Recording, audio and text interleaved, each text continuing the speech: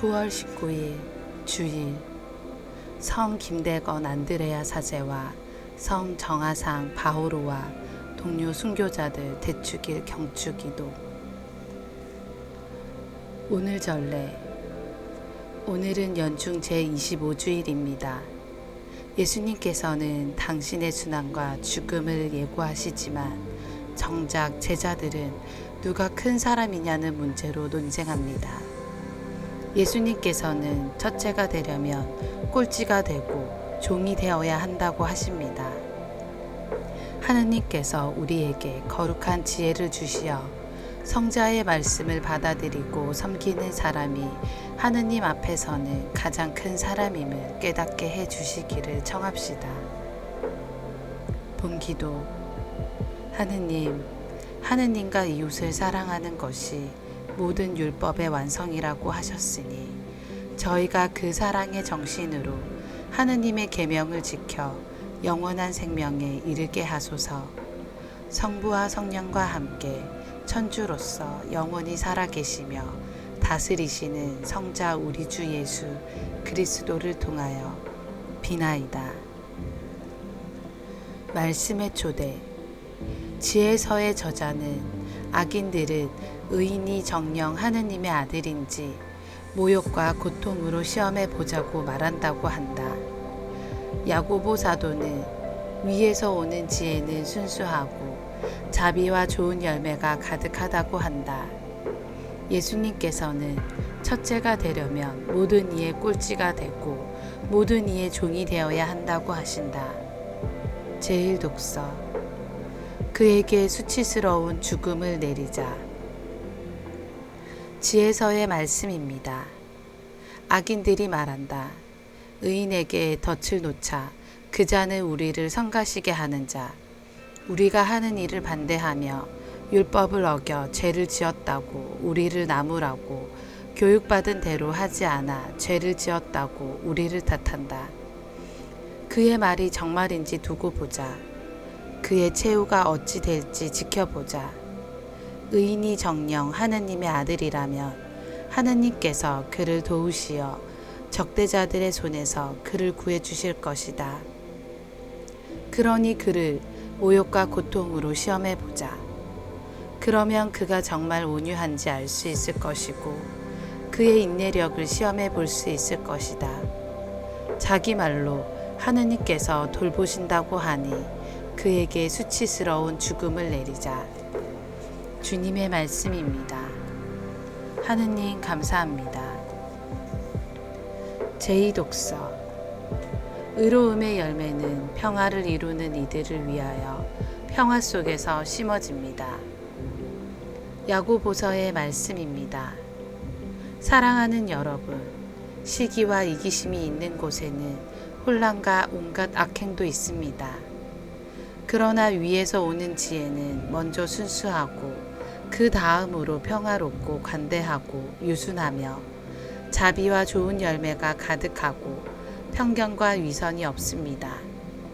의로움의 열매는 평화를 이루는 이들을 위하여 평화 속에서 심어집니다.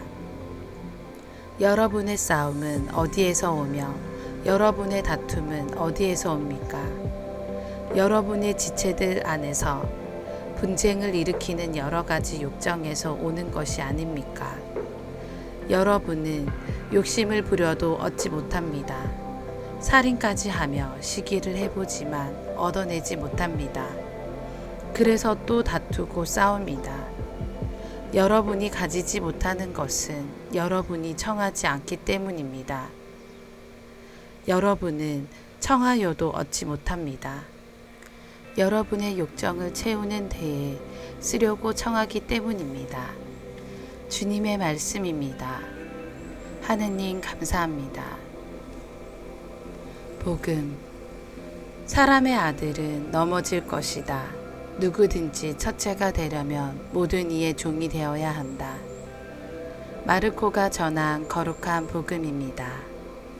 그때 예수님과 제자들이 갈릴레아를 가로질러 갔는데 예수님께서는 누구에게도 알려지는 것을 원하지 않으셨다. 그분께서 사람의 아들은 사람들의 손에 넘겨져 그들 손에 죽을 것이다. 그러나 그는 죽임을 당하였다가 사흘 만에 다시 살아날 것이다 하시면서 제자들을 가르치고 계셨기 때문이다. 그러나 제자들은 그 말씀을 알아듣지 못하였을 뿐만 아니라 그분께 묻는 것도 두려워하였다. 그들은 카파르나움에 이르렀다. 예수님께서는 집 안에 계실 때에 제자들에게 너희는 길에서 무슨 일로 논쟁하였느냐 하고 물으셨다. 그러나 그들은 입을 열지 않았다. 누가 가장 큰 사람이냐 하는 문제로 길에서 논쟁하였기 때문이다. 예수님께서는 자리에 앉으셔서 12 제자를 불러 말씀하셨다. 누구든지 첫째가 되려면 모든 이의 꼴찌가 되고 모든 이의 종이 되어야 한다.